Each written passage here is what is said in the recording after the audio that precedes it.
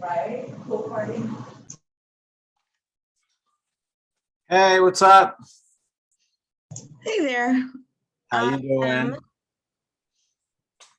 going to make you the host. Awesome. How's it going over there in La Mirada? It's good.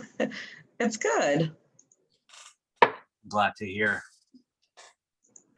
Yeah.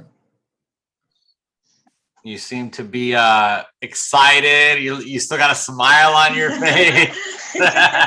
So I'm all like, that's a good sign. I guess that's true. That is a good sign. Yeah. How's everything going? It's good. It's good. Just, keeping up with these trainings and all this fun stuff. Yeah. Ignite is towards the end right now, is it? It is. I need you to do me a favor. We have an ALC scheduled event for next Thursday. So I wanted to see if La Mirada was able to take on Thursday of next week. Yeah, let me ask Rob and then I will email you. Okay. But it should be no problem. All right. Sounds good. And then we'll go from there. Perfect. Awesome. Are people showing up a little bit more in the office? Yeah, but I think it's kind of the same, the usual, Yeah, but a few new faces, which is good. that's good. Yeah. Okay. Right on. Yeah. Like today we did the scripts and role play. So there was one of the newer agents came to that. That was nice. That's good. Every agent counts right now when they come in and actually do something because we're all on Zoom mostly. Mhm. So I think, when you have the events like we have here is our Monday prospecting sessions where it's non-Zoom. Yeah. And it does make a difference. The whole experience is different with just one more agent showing up, Yep. Yeah. We'll see. I agree. We'll get back to it. Cool. Keep me posted. I'm gonna go ahead and just go over some more of my notes here, and then I guess All right. get started whenever people start jumping on. Jeez, you scared me. Where? We're on Zoom. We are. You're on Zoom. Awesome. Can you host Ignite next week on Thursday? I'm doing Friday. I know. Can you cover it though? Thursday and Friday? Yes. I'll do Friday. He'll do Friday. Can you swap days? Habibi? What? Is that Habibi? That is Habibi. Oh. I was like, no, this is Eddie. Hello. Hello, sir. How's it going? Good. We have a ALC outing on Thursday in the morning. So I wanted to see if you wanted to switch. Gotcha. Next week. Okay. Cool. All right. Is there one even next week? Isn't the last week? I don't know. Is it? Yeah, there's only like 3 left. I don't even know if it goes till Friday. Maybe it doesn't. Let me look at the schedule. Hang on one sec. Okay.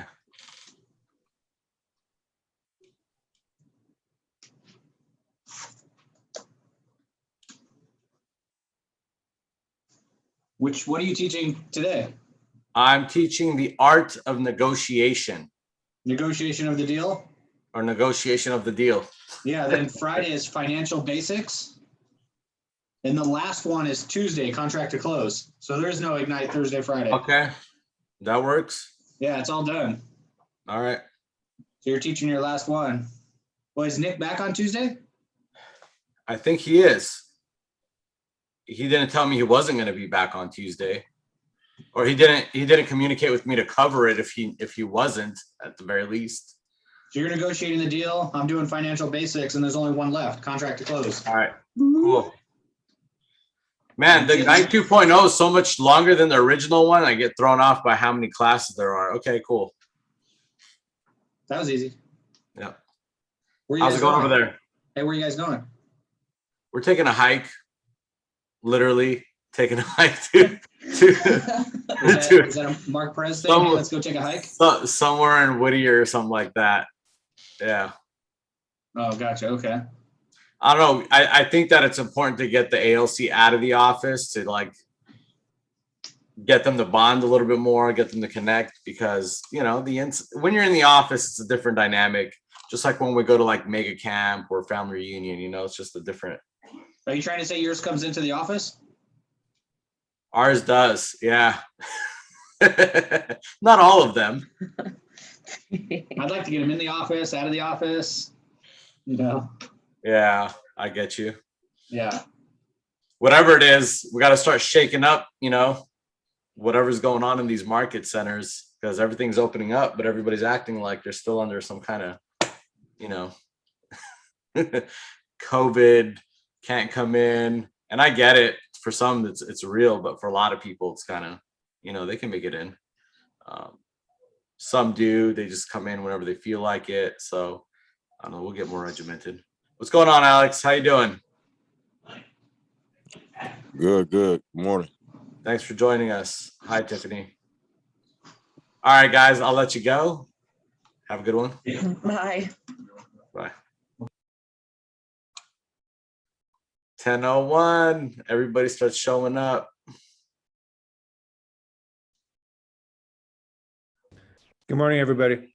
Good morning. How you doing, Craig? Great. Great to be here. Glad to have you on.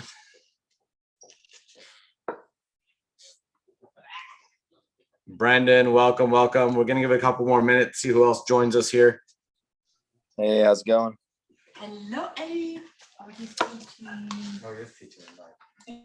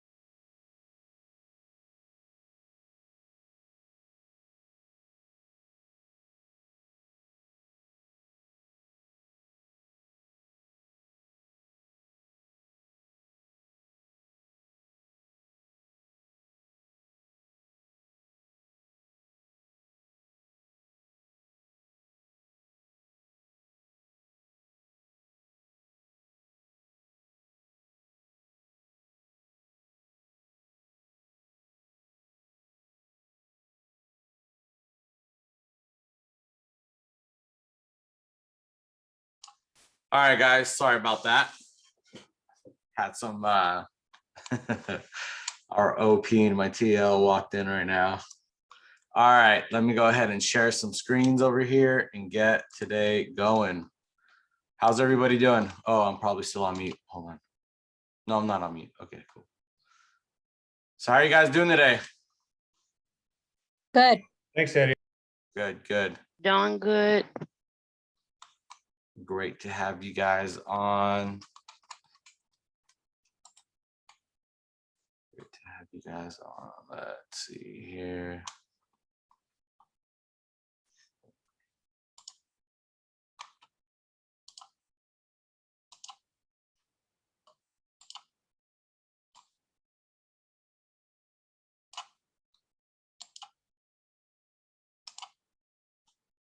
Almost there. Just got to make my adjust my screens here. Make sure I can see you guys. Cool. We got 10 people now. Awesome. Awesome. Awesome. All right. Cool. You guys see the element session number 7, negotiate the deal. Yes. Awesome. Okay. I don't know why when I go to presenter view, it makes like everybody small on the side. I can't see everyone. I'm like, I have to keep re-expanding it. Hold on. Full screen. There you go. That's better.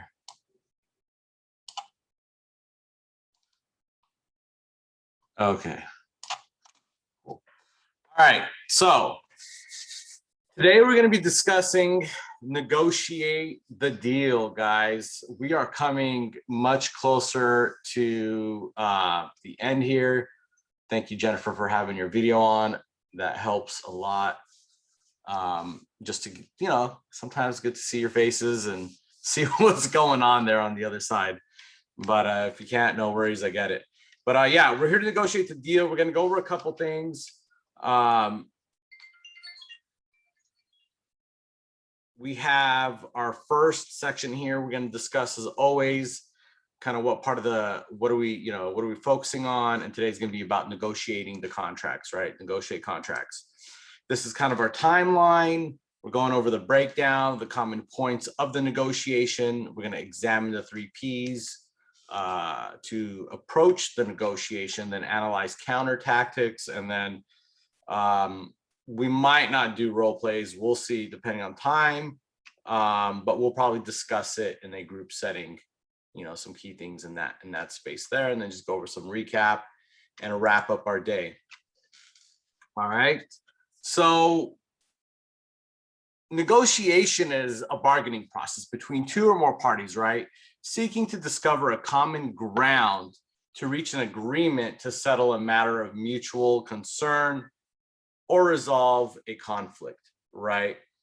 And the graphic on the screen geographically depicts the negotiation part here, and that the negotiation happens between the buyer and the seller and the agent, and it happens between agents involved in the transaction, right?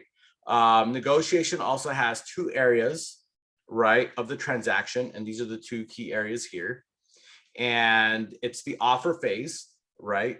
That's typically where the goal of the negotiation is to get the contract. So 2 areas. One is to get the contract, and the second is the option period. The option period happens under contract, and the goal is to get that contract closed, okay? So, I'm sorry why that happened. So here it asks us a couple questions to consider, right? It says, how can your ability to negotiate affect the outcome of the deal, right? The second one says, what are some of the ways that you negotiate in your everyday life? And we all do, by the way. We have a natural way, whether we're aware of it or not, that we negotiate things. If you really look closely, you'll probably identify kind of the way you do things, right? And then what are the skills that great negotiators possess, and why is asking questions important when negotiating? So who wants to go over a couple of these right now?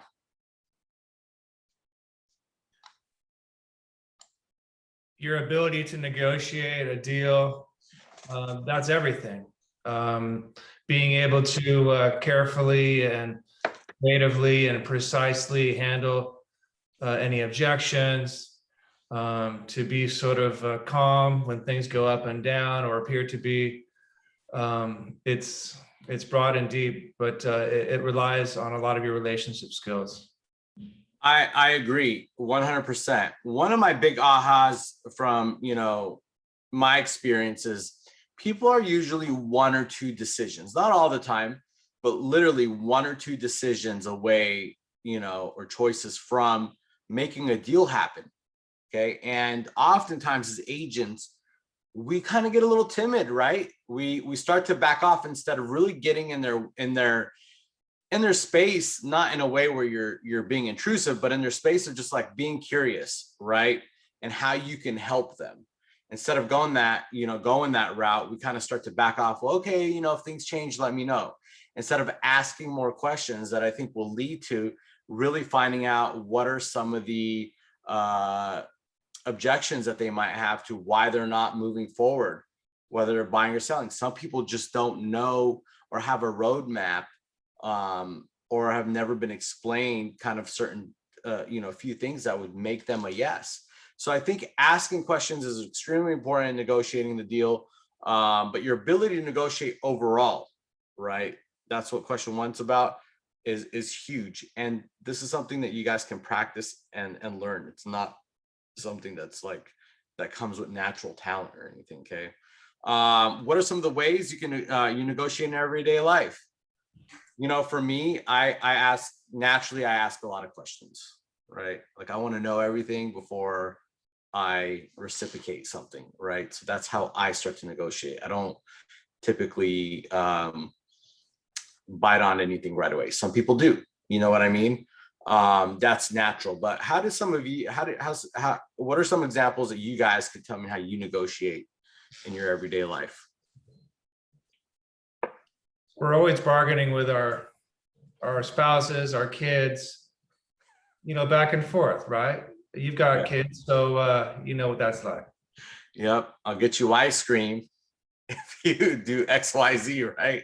Like my kids love ice cream. Now they like been exposed to Handel's, and all of a sudden it's like that's the only place we can go to by the Long Beach Exchange, and they just like love that place, right? So if we really want something out of them, it's probably a bad way to go about it. My wife is actually cracking down on me for doing that, but I'll have my treat day and I give them Fridays for treat days, and yeah, I'll know what they're, what they want, like what's going to motivate them to move in the direction I need them, and I'll, reward them with ice cream sometimes, right? Not all the time, but so yeah, great point. Kids is definitely one of those ways. What are some other ways?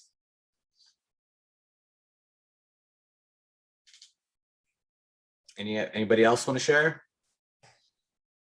All right, let's move on.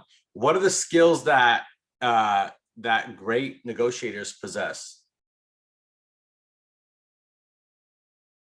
Confidence.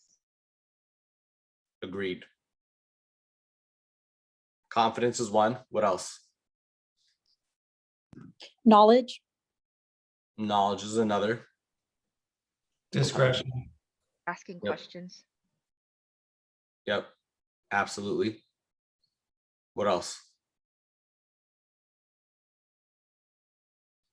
I think great negotiators listen well. I think listening is one of those things that we're always ready to kind of have that rebuttal or that response. And sometimes that happens to us when we get good at our job, right? We start to get to this position where we get complacent and we kind of stop listening, and then we just have answers, right? But I encourage everybody to kind of like actively listen in your negotiations, because oftentimes what's being said is really not the message behind the words. With proper listening skills, you'll start to develop the ability to really hear what's happening between the lines. And it's funny because once you get that, or once you practice it enough, you'll start to see how that works for you, right? Why people avoid certain things, or saying, or being a yes, especially being a yes, especially when you're asking enough times, right? Or asking for the business and it's a no, you know what I mean? It's not really a no to you. It's kind of just maybe a no to right now, but there's something in the way and why it's a no to right now, right? And then you can get beyond that by properly listening what could be there, right? So keep that in mind. And then last but not least, why is it important? Why is asking questions important in negotiation?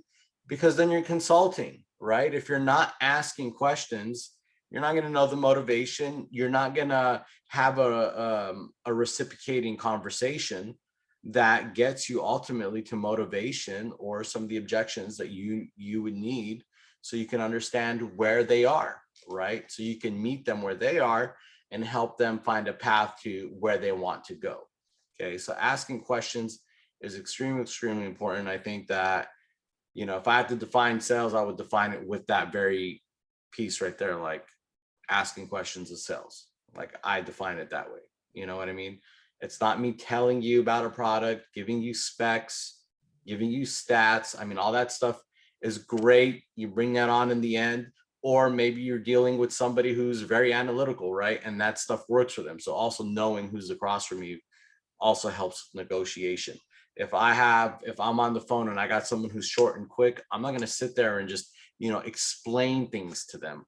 I'm going to get to the bottom line because they're bottom line type of people. They want to know what the outcome is in the shortest amount of time. And that's fine. I respect that. Then you also got people that are just like, I need more information. I need more information. And you have to respect that as well and be able to provide that. So those are the things that, you know, that really help. Appearance is a big deal too. Knowing disc profiles is a big deal. Identifying somebody, you know, just by their rate of speech or the way they dress, you know, and having a disc profile on them and getting good at that helps very well too. Like, again, if I know someone's like very fast and they kind of want to get to the point and their attention span is, you know, like not short, but they're very go. I know I'm dealing with a high D situation there.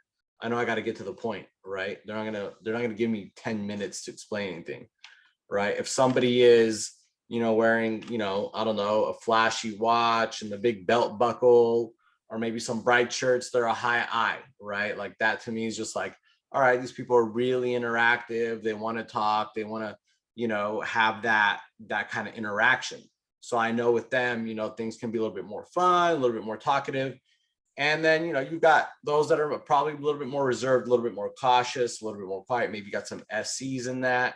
So those are people that are going to want information. You might send information before you have your meeting with them, right? Stuff like that. So when you do have that meeting, you probably can count on they probably looked over it, right?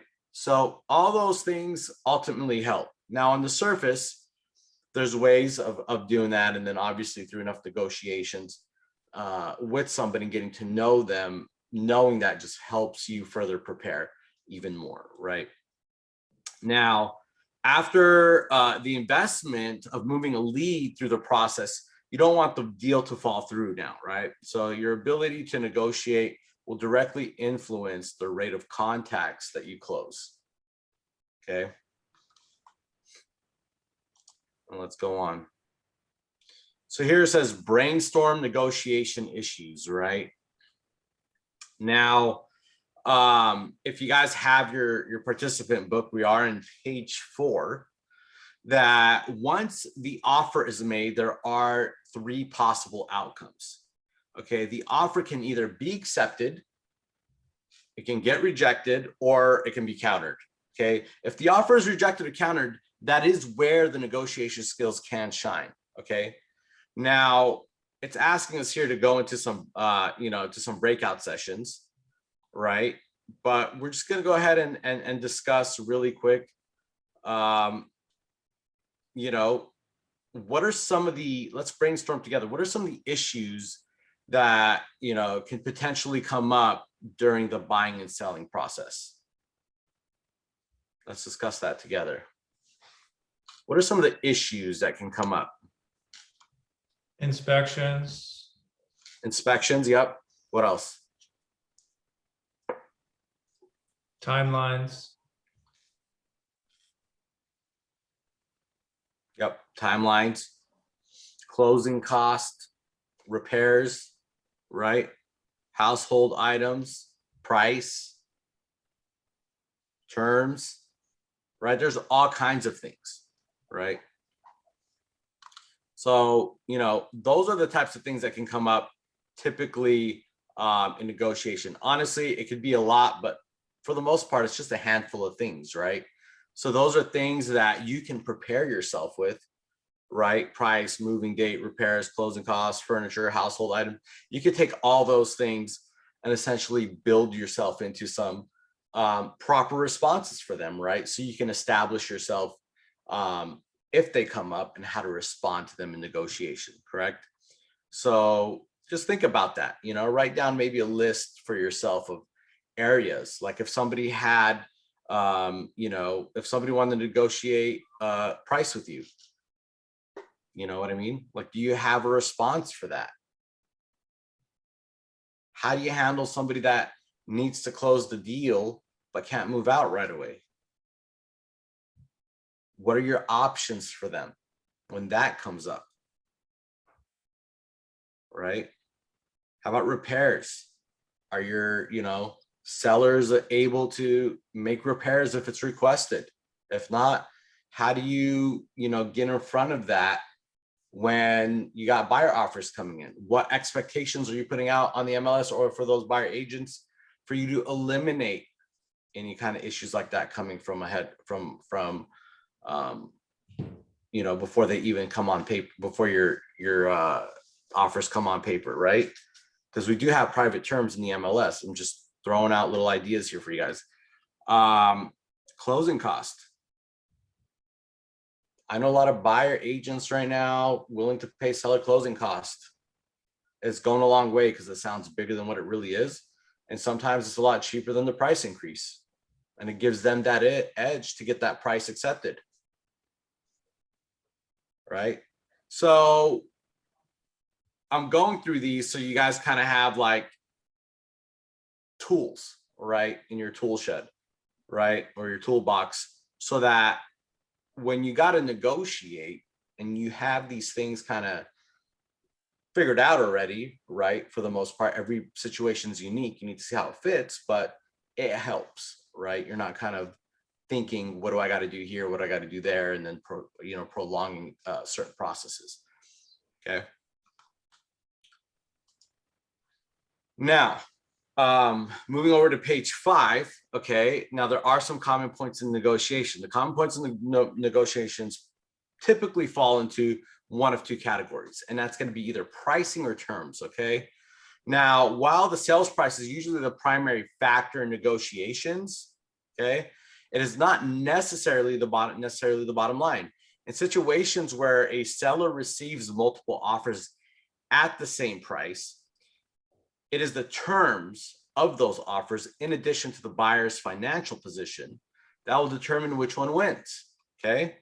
So the terms of an offer may be financial, time-based, or both. Okay.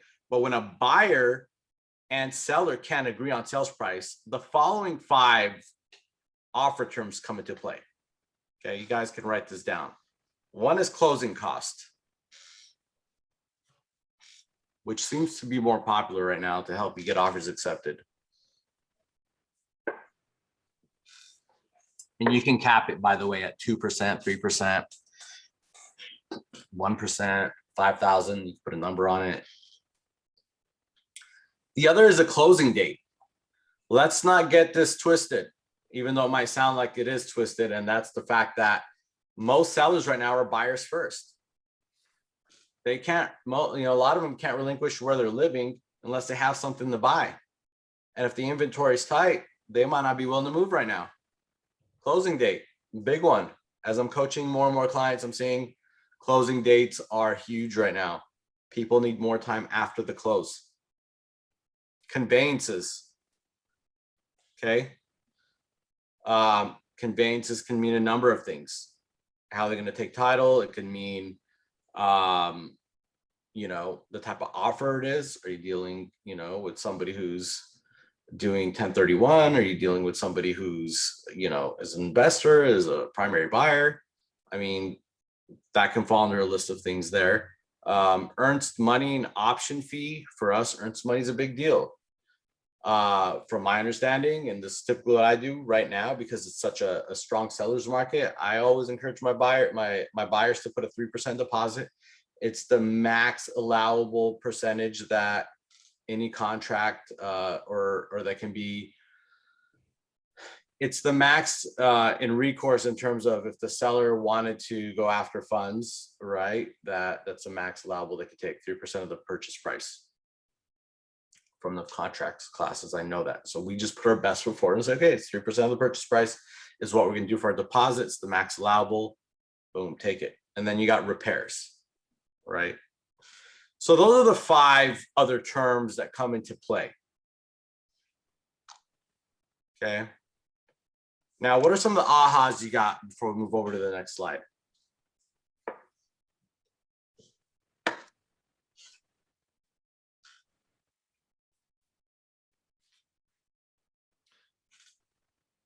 It's not that many things, like you said. So it's a small field of things to really fight about, argue over. Right. And can't you take these 5 points and kind of have 2 to 3 strategies for each one ahead of time so that when you do come to a negotiating situation that you'll have multiple ways to address depending on that unique situation and how to like create a win-win with the buyer and the seller, right? Or the other agent on the other side. Mm-hmm. Right. I think that that's what it comes down to. You know, oftentimes we want to complicate this business, but really it's only a handful of things, right, that we usually address. Cool. All right, let's move on. All right, so we're moving on here to page 6 of your participant guide. And this is asking us to participate again in a room. But I'm just going to go ahead and just do this in the group setting. I think it works a little bit more efficiently for us here for time. It says participants will need to read through the list of negotiation tips. After reading the tips, participants will need to look back to page 5 in the participant guide. They will need to select one of the common points of negotiation, price, or one of the listed terms. They will write their choice down on the space provided on page 5. Next, they will use what they have learned so far from the brainstorm list, and they might respond to the negotiation point. Challenge the groups to see a brainstorm type 3 responses. I'm sorry, hold on. If the group finished before everyone else, hold on, group share. All right, so I guess this was asking us to essentially take one of the points here and then, you know, you guys partner up and then, you know, discuss some of the negotiations and stuff like that. You know, I think we went over some of the things, you know, we went over quite a few. I think I broke that down for you guys. Do you guys feel that you guys kind of got a good understanding of kind of the tips that I gave you on the initial 2 slides here between the questions and the 5 tips, the closing cost, the closing date, and the conveyances, or you guys want to brainstorm more around that?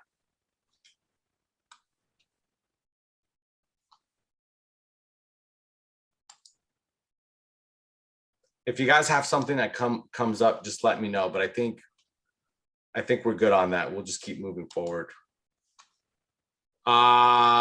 So the next step in the process here, we're going to examine the 3 Ps and approach the negotiation. Okay. Now the 3 Ps approach negotiation will set you guys up for the counter tactics, right? So in here it states that negotiation is a skill that can be learned and perfected with experience. Okay. The best practice for negotiation and bringing the buyer and seller together is the 3 Ps approach. Now, if you look at the right of this slide, it says prepare, okay, present, and position. Okay. Now, Now, in the negotiation skills, it's something that can be, again, learned, right? Through experience. When you prepare, it's key to building confidence and ensure a smooth negotiation process. So somebody brought up confidence earlier in this group, and that's one of the key things. When you're prepared and you've got the knowledge, right? Or you're being knowledge-based, somebody also said knowledge, you get to be, you get to have that confidence to assure that when you're in that negotiation, right, that you have options for them to get you or to get them where they're looking to go. So preparation is key. And when you're prepared, you're definitely confident and you know what you're talking about, right? That's why you're preparing. Now, presenting, we're going to move into the negotiation process by presenting your offer, right? And then position, move both parties close until there's a full agreement. So your 3 Ps are prepare, present, and position. Now we're going to go a little deeper into that. Okay. And we're on page 8 of your participant guide. If you guys are wondering where we are, the preparation steps an agent will take to build confidence to help ensure a smooth transaction is to 1, know your goal, right?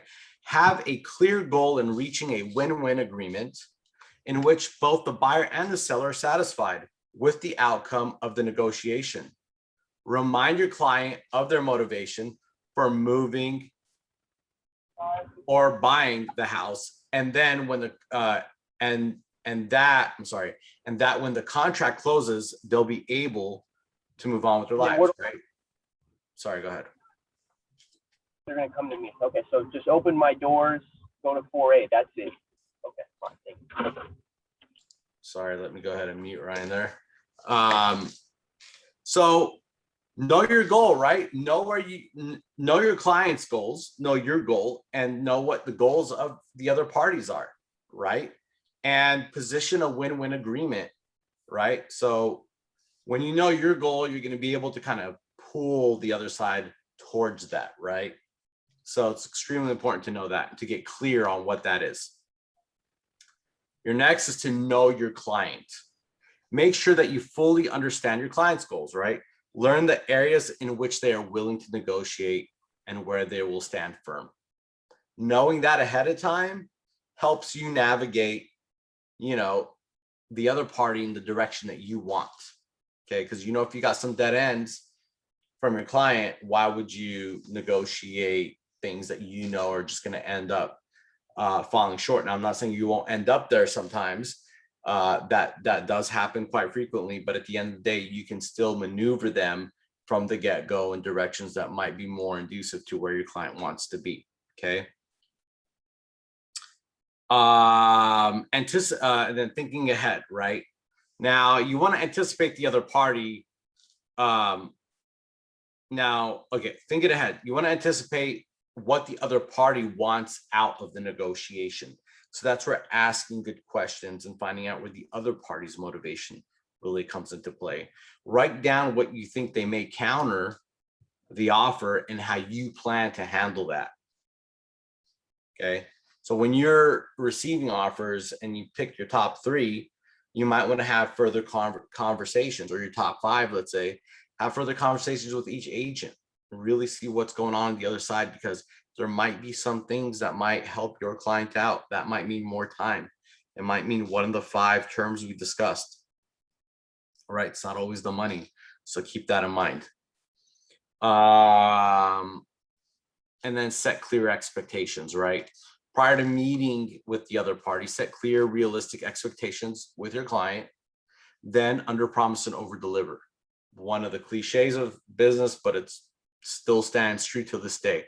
Under promise, over deliver. Stress the importance of moving quickly to create a sense of urgency. Okay. Part of setting a clear expectation with your client is being clear that a win-lose agreements are likely to be rejected by the other side. So set yourself up for success and create a win-win. Okay. Be informed. Okay, before making an offer or counter offer, it's good to practice. It's good practice to speak with the other 2 agents. Again, ask open-ended questions. Let them do all the talking, and use active listening to find out as much as you can about the other party and their agent. This helps you know whom you are negotiating and what points you will negotiate and where your clients have leverage. Okay, be informed, open-ended questions, ask, let them do all the talking, get related, get them comfortable, have them start spilling some things that they probably wouldn't have, that probably they weren't going to tell you the first 30 seconds of your phone call, but because you were able to get related with them, they're now opening up more, and they're willing to tell you more. So asking open questions helps you get there. Okay. Know your documents inside out. Become familiar with your local board of realtors governing forms, right? For us as CAR, take the time needed to understand them, form templates, and know what each, field really is asking for and what it means. Nick usually does our contracts classes. I'm sure he does yours as well. He's our broker here. You also have your association that you can go to that has countless and countless classes and attorneys that come in and teach these contracts. I'm telling you, one of the things that has helped me in my business more than anything for my clients isn't so much that happens with them, which is a huge part of it, obviously, but knowing the contracts has given me the edge over and over and over again. I've protected my clients so much because I just know things in the contract that your average agent doesn't. Some agents are just like, yeah, I'm good. And, they're out there, they're great with fishing, they're great with getting clients. But when it comes down to the paperwork, they're missing in a lot of areas. And when you know that paperwork, trust me, it's an advantage for you. It's an advantage for your client. And it goes a long way. So know your contracts. You'll be more confident discussing it with people across the table from you. And it's a great way to negotiate. What are some of the ahas before we move forward from here?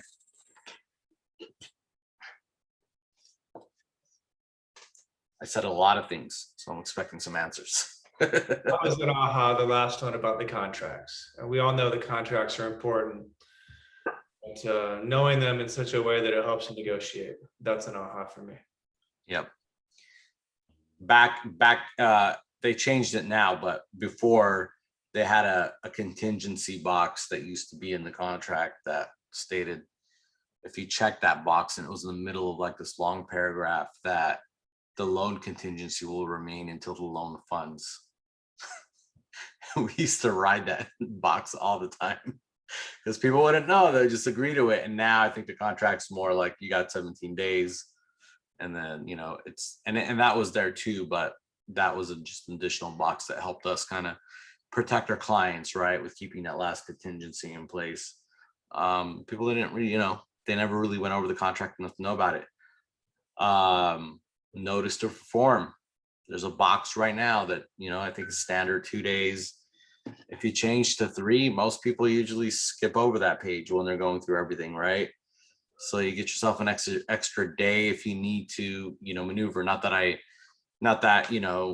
I'm saying go into notice to perform situations, but right now people are asking you for 10-day contingencies or 10-day inspection contingencies, 15-day appraisals. You got to protect your clients, right? Use these little things to take advantage of that contract. So that way you can get yourself, positioned if you needed to, just needed to get yourself, to have an ace in your back pocket. If you got to pull it out, you got a couple things working for you. So all that stuff are little advantages that can help.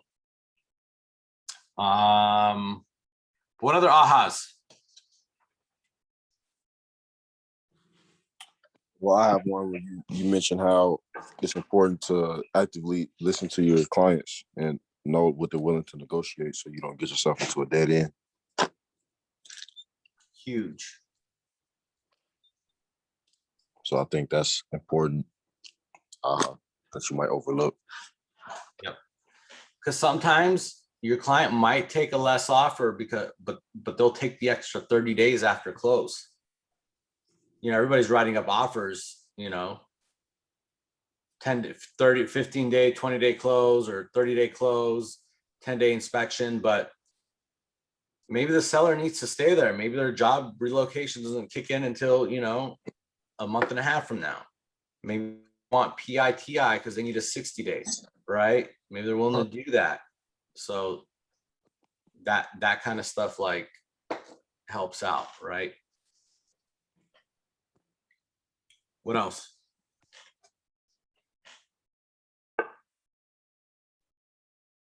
What's PITI, Eddie? I'm sorry, that's principal, interest, tax, and insurance. So if your client is selling a property and they need a rent back, or they're gonna stay within, 30 days, they can do a seller in possession. And then, if a buyer's agent is doing their part properly, they would ask, hey, are you looking for a quick close, or does your seller need time to move? Right? You could do all that before even submitting your offer. And then you could put you could put a term in there, buyer to cooperate with seller's time frame to move within 30 days after close. With, granted seller pays PITI, which is, again, principal, interest, tax, and insurance. So now what you're saying is, cool, if you're going to rent back for 15 days after we close, what's my mortgage payment broken down on a daily rate, right? With PITI, and then you break that down, and then that can all be negotiated, right? So those are things that you guys can do, or that's just available. So like, those are things that, can help get your deal in, right? Because now you're giving people time. Often another situation you might run into is you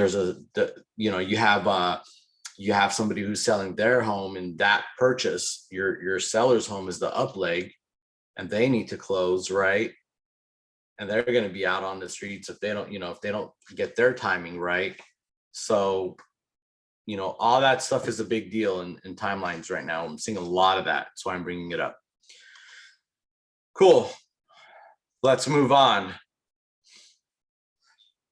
So here's this, we're going into the prepare section here, right? It says, asking questions is the key to gaining information to win the negotiation, right? Understanding the right question to ask is important in the negotiation process. Asking questions allows you to establish and uncover objectives and goals of your client or the buyer/listing agent. Through asking questions, you could gain more information. As you gain information, you will strengthen your ability to negotiate and increase your chances of having a win-win negotiation. The benefits of asking questions is that it provides you with the points you will negotiate on, okay?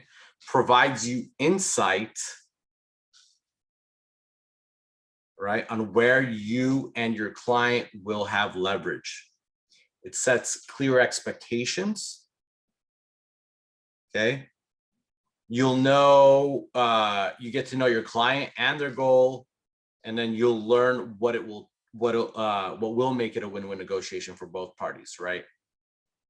So up here, we got a couple examples of open-ended questions, okay? Questions that have unlimited response options. That's what an open-ended question is. And some of those are, what additional information should I know, right? What is important about closing in 30 days? How do you feel about that? See, these are just questions, and trust me, there's so much more that you can ask that just pulls and pulls and pulls and pulls information from people. And as you practice this, you'll get better at asking the right questions to get to where you're needing to go. And honestly, at the end of the day, I think that's essentially the key thing here with dealing with all clients, all types of leads, whether they're expireds, FSBOs, friends, family.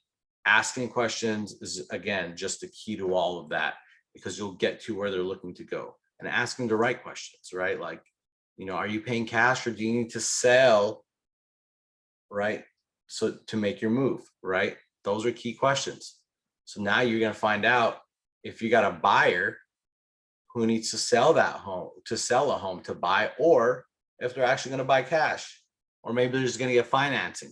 But either way, you're asking them essentially the bottom line of that question is, are they going to sell a home? right?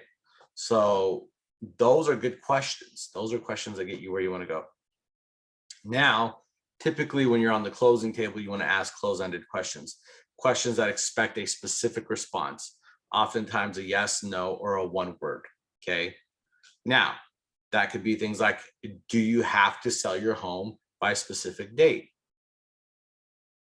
Right? Do you have any other offers? What is the bottom line price you would consider?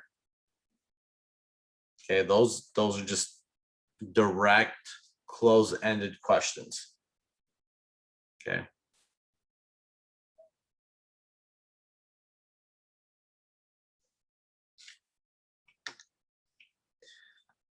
Next, as we're still in the prepare phase, it says, what would happen if, right? This helps you anticipate the next steps of the negotiation. So sometimes you can ask, like, what would happen if your home didn't sell in 30 days? Right? Your pre-listing questionnaire, I think, has that question in there, which is why we use it, right? Or why is it important to you? Right? Why is it important to you to move to Long Beach? Why is it important to you to move to Newport Beach? Why is it important to you to get closer to your family? Right? Pull out some motivation. Right? Helps you gain more insight.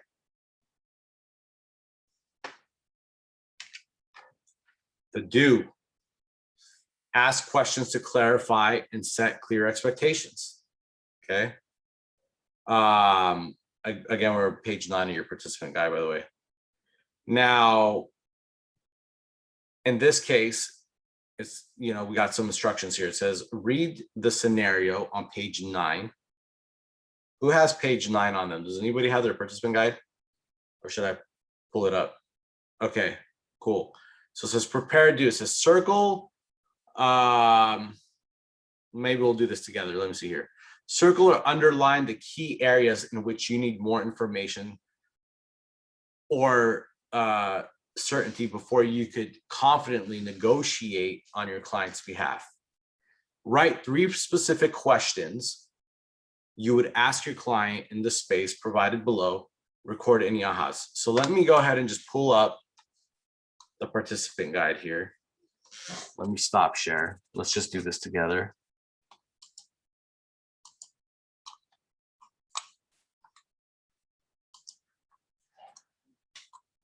Let's see here.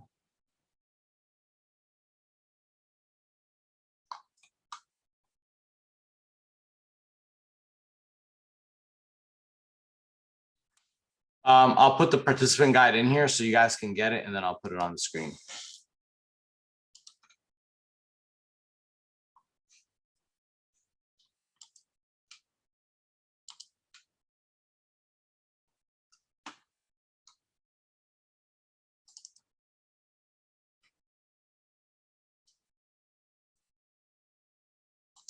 All right, got that. That's huge.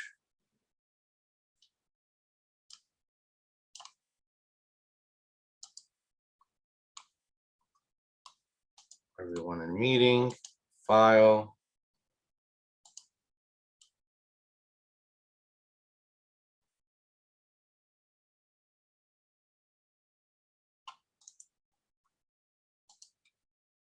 All right, so I just added the PDF for you guys. And then I have it opened up here on my computer. So let me just go ahead and share screen on that. We'll do this together.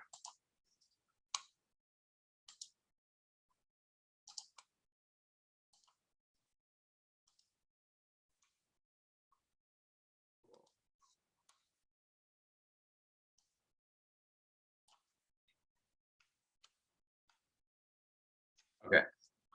So we said we're on page 9, right? Here we go. Okay. Read the scenario below. Circle one or underline the key areas of which you need more information on, or certainty before you could confidently negotiate on your client's behalf. Write 3 specific questions you would ask your client in the space below, provided in the space below. So who wants to read the scenario for me?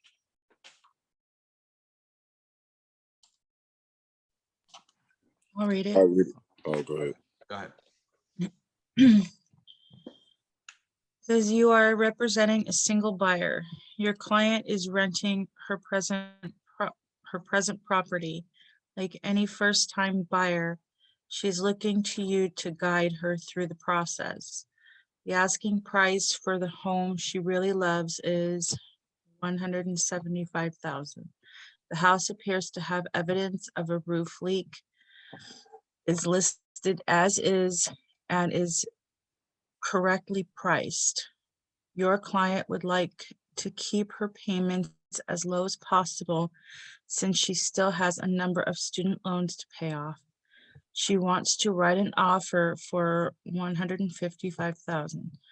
There has been quite a bit of activity on the listing. Okay, awesome. Thank you so much for reading that. So I want you guys to take 5 minutes, read that scenario to yourself again, and then put down your questions and then write down a couple ahas and then let's discuss. So right now it's 10:51. We'll get back together here at 10:56.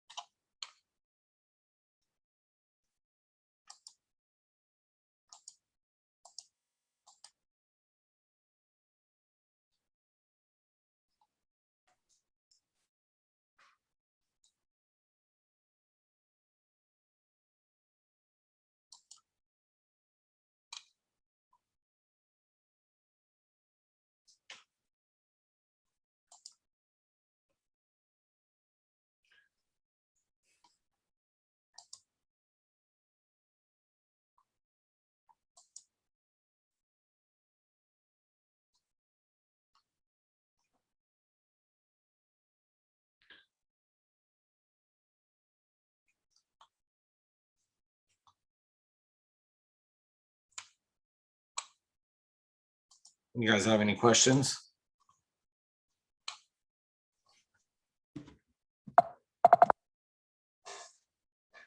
I'm not sure about the ahas section. I mean, it's not hard to think of questions, but I'm not sure what the question's asking really for an aha. Yeah, so it's just an aha of like the questions you're coming out with, right? So it says here, read the scenario below, right? Circle or underline the key areas in which you need more information or certainty before you could confidently negotiate on your client's behalf, right? Write 3 specific questions you would ask your client in the space provided below. So write down 3 questions. And then I guess your ahas would be what was that triggered you to want to ask those questions? Okay, thank you.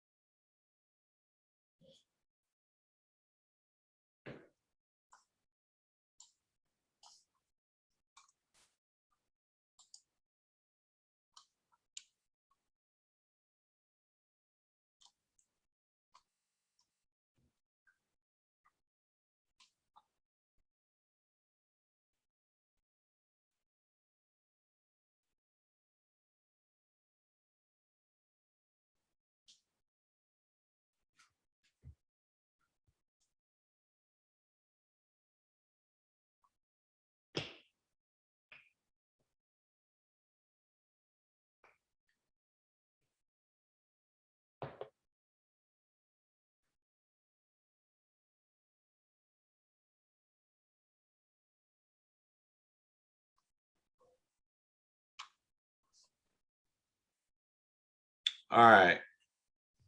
So let's go ahead and discuss. What are some of the questions you guys came up with?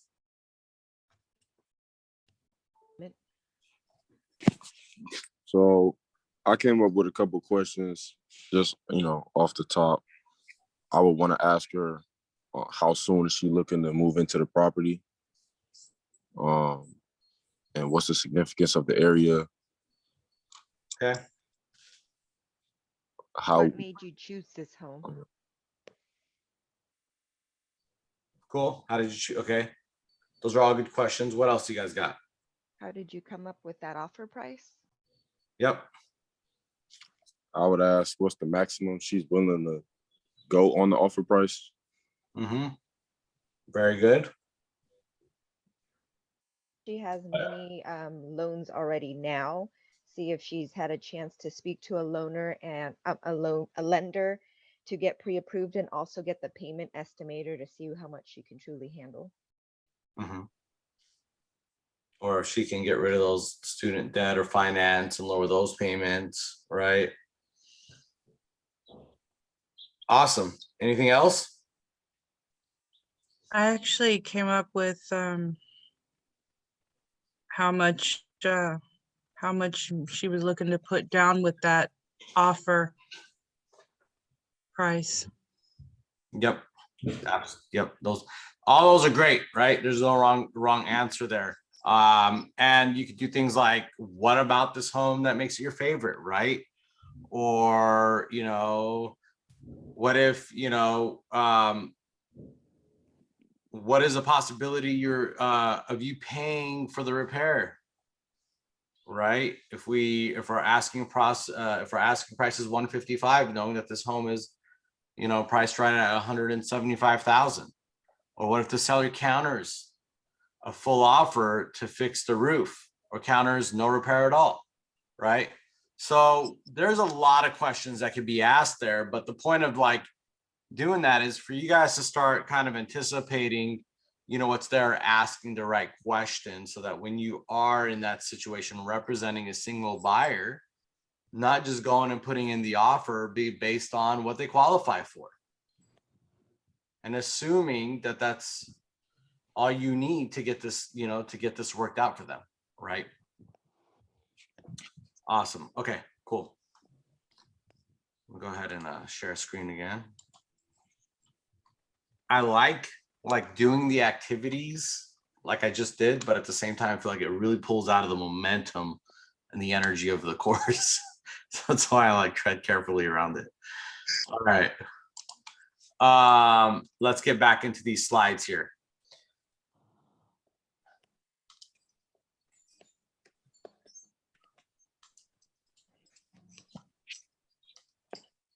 Okay.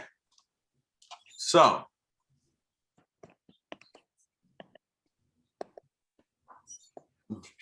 let me see.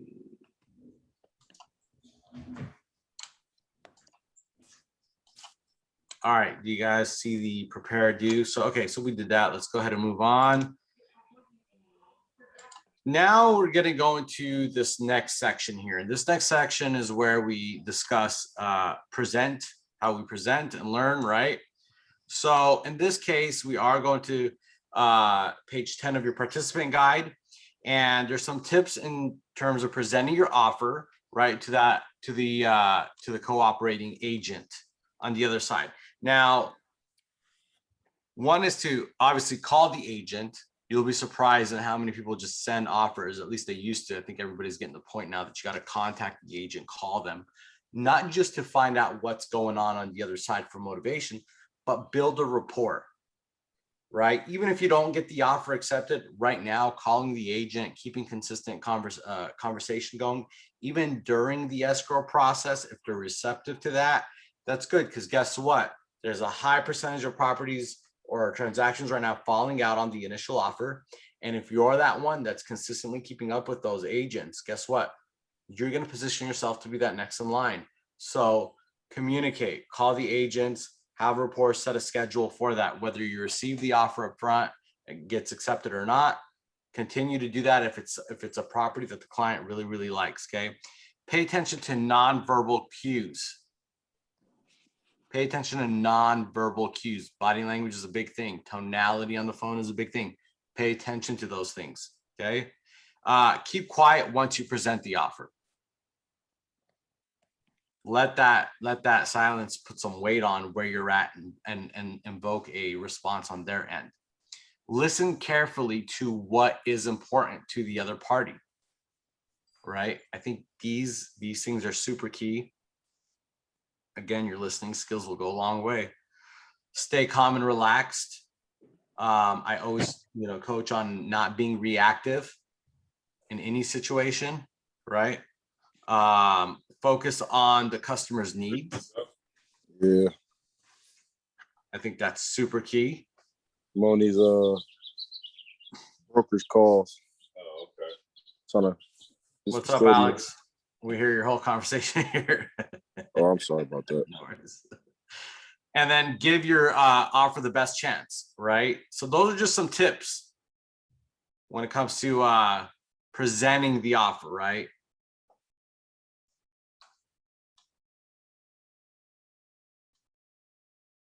Yeah, let's go ahead.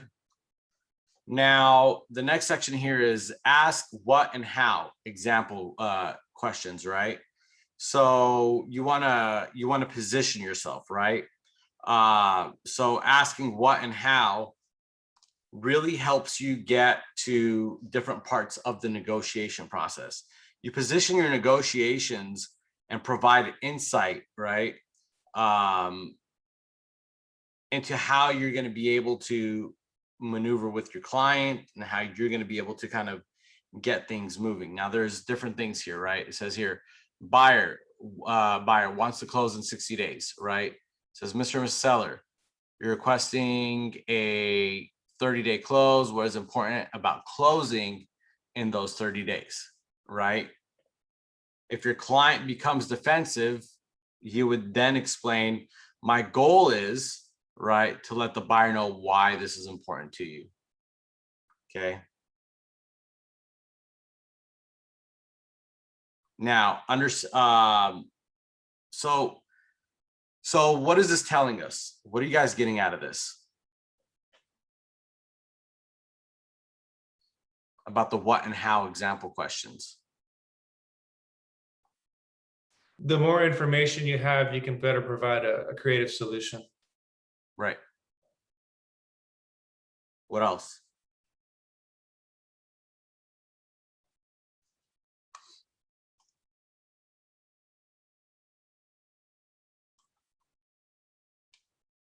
Anything else? No. So, these are situations where, like, if you look at, you want to find out and how to avoid or how to create an outcome that works for you, right? So that's another way of looking at it, right? When you're asking what's important to them about that, it gets you where you need to go. I think that oftentimes we will move forward with things without knowing what or how. I think the how is things you can figure out, but you got to know what it is so you can figure out how, right? So just, keep out on that. So these are just examples here.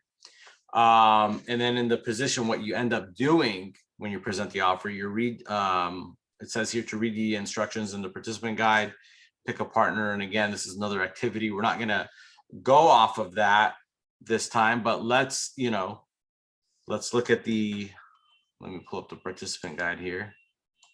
Let's see what page 12 has.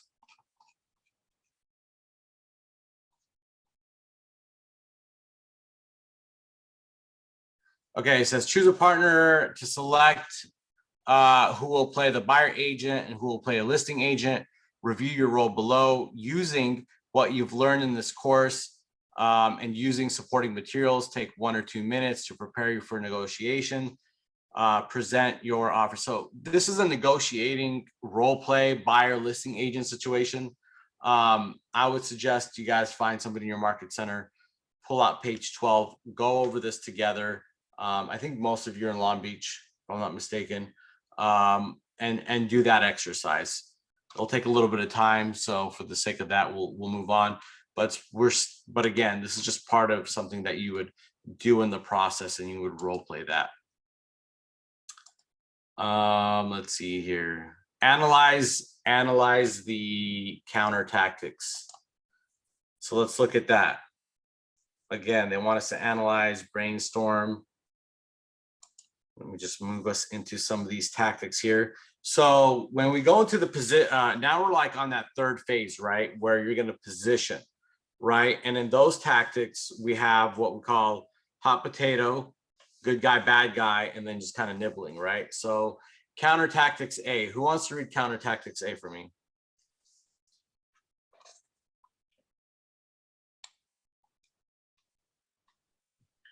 Ask for a concession in return before agreeing to any further concessions.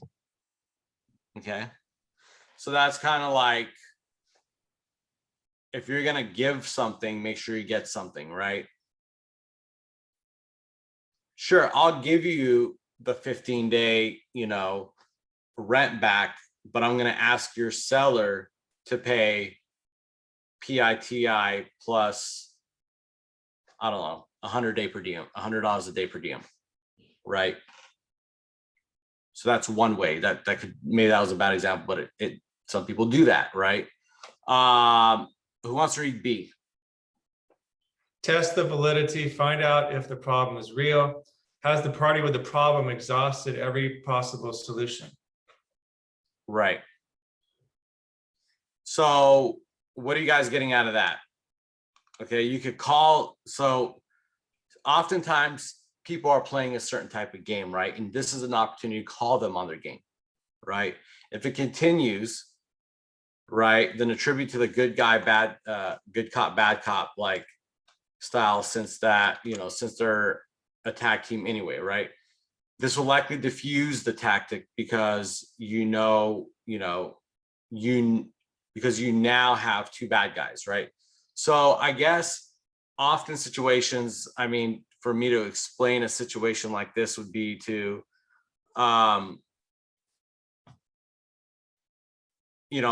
here's one way of doing it. I don't typically ask for repairs until I get appraisal and find out if I got any lender required repairs, right? So if I needed to negotiate something, I'll play good cop, bad cop. Instead of me putting specific repairs that I know that the lender might call out, I wouldn't really call it out until, I get the lender required repairs. And then at that point, I'll just be like, hey, these are, this came from the lender. I understand where you're at. You know what I mean? Like, and then you can have that, have that in and out to diffuse certain situations. Some people will, BS their way around the transaction. I think that, you can call them out specifically without implicating yourself too much, just by asking enough questions or provoking different parts of the transaction to get what you want out of it. And then nibbling, right? Ask for concessions in return before agreeing to any further concessions. Again, we discussed that. It says call them on their game. If it continues, then attribute. I guess that's more of the nibbling on the good side, bad side. So, these are just like little tactics that you can do. I always like to pull everything out of the other side, like to give you my personal experience on the process. I like to find out everything that's going on the other side. And then from that, I could really get to their motivation and know where they're at. And then that way, when something comes up, I know how to isolate it, right? Or I could see if it's contradicting to their motivation. Sometimes things can be very contradicting to their motivation when you really do your due diligence up front and you know what the goals are of the seller. Let's say you're representing a buyer, and then all of a sudden they start acting funny about certain things, right? And again, that's where asking good questions goes a long way. And then the next here, they're asking us to role play the 3 Ps, but honestly, we're not going to do much of that. I'm just going to recap the key things here. And that's prepare, present, and position, guys. Those are different things that you guys can simplify. I think that breaking things down to knowing, what you're talking about, gives you the confidence, obviously, in your preparation phase. So understanding the scenario and the situation, right? Anticipating what's going to come at you based on the transaction, or what you know about the neighborhood, or what you know about the house, or just the different things that you get, or what you know about your clients. When presenting, right, be tactful about that. Don't just present an offer. Build the rapport with the agent. Find out what's going on there. Get that information if you're representing the buyer side. If you're on the listing side, ask the other agent questions. Find out what that buyer's motivation is, because that might help you in where you're trying to navigate your seller, right? Extremely important. And then when you do present being clear and understanding what your goal is. I think that's extremely key. Some people go in really not knowing what they're going to get out of the other side, but you want to keep your goal in mind. So when you're presenting, you're clear on what you're trying to get out of the deal, and not getting your client in a situation that they're not ready to be in, right? And then position yourself. Knowing both sides' motivation is going to get you to where you can position yourself. That's going to get both of the clients in a win-win scenario, right? We're essentially, and I say this all the time, we're matchmakers, right? You can have a ton of great buyers, you can have a ton of ready, willing, and able sellers that are just there and they need to sell, right? Not that they have to, they need to sell. But what's going to match is not just the price again, it's going to be those terms, right? And when we can get a good understanding of the needs from both sides, then we're just essentially at that point fitting the two pieces together, right? Creating that match. And if we look at it that way, we can maneuver in the situation. Another thing you could do with tactics is, for me, best tactics usually come into play with contracts and my lender. We all know that lenders are the other side of the transaction, right? And sometimes as agents, we're kind of waiting on them to get specific things. So, you know, with a good lender, they should be tactful with you and how they're taking an approach. If you're presenting an offer, what makes the difference for you today in today's market is to have that lender call that agent as well and let them know, hey, we got DU approval. This client's ready, willing, and able to go.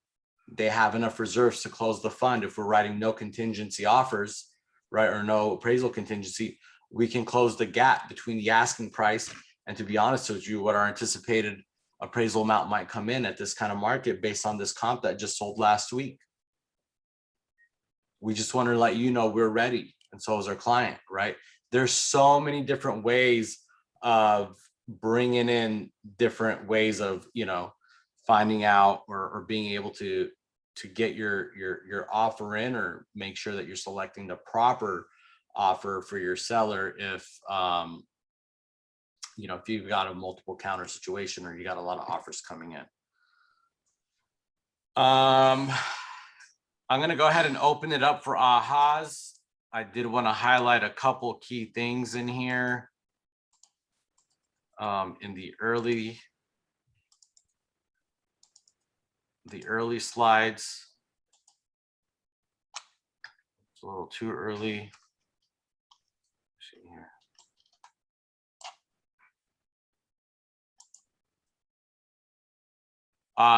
Remember that there's only negotiations take place in two areas of the transaction, right? And that's the offer phase and the option period. The offer phase is the goal of the negotiation to get the contract, okay? And then the option period is the options. This happens while under contract, and the goal is to close the contract. So at the end of the day, know your goal to get the contract, and then what happens on the contract, know that goal to get it closed, okay? Those are very, very key things. Two things in negotiation, and those are the only two things in negotiation. Remember the 3 Ps, or the two different terms, the two different areas, price and terms. Those are the common points of negotiation. Know that obviously that your offer is only going to either be accepted, rejected, or countered. Sometimes if I'm dealing with people that I know, I'll just ask them, you know, for something, and I'll just be flat and say, do you accept, do you reject, or are you countering? I'm just not with my clients, but just in my dealings with people sometimes, right? Because that's the only way it's going to go, right? In certain situations or most situations. So let's just get down to the bottom line, because oftentimes we're always dealing with stories, right? People always got reasons and stories, and things just take too long to get where we want to go oftentimes, right? So I don't know, that's just one of those things that I guess I naturally picked up, but it works for me.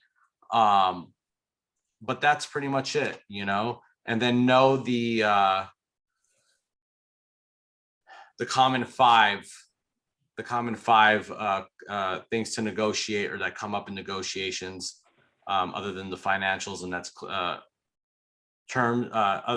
the 5 things that are typically that come up with negotiating in terms, and that's the closing cost, the closing date, the conveyances, the earnest money, and repairs. And just build solid, you know, a solid game plan around those 5, and you guys will be good. But with that said, what are some of the ahas that you guys have?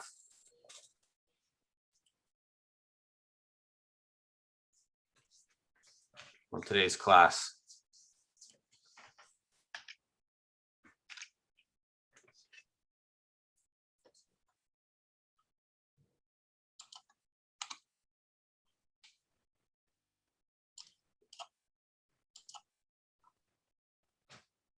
I know it was a lot of stuff, and some of it required some role play, but I wanted to just touch on those key things, you know, like those are the little areas that will make the difference in most of the deals. And then when you just prepare around them, you have the answers for every deal. It's just a matter of, you know, having enough in your arsenal or going through enough experiences to get around the objections or the things that aren't necessarily working for you, like, you know, working in that process. But every process you run into, you're going to run into situations where it's not working for one side or the other, but our job is to kind of get around that, right? And see, you know, what's available for us to get the deal closed and get our clients essentially what they want, right? Whether we're representing the buyer or the seller.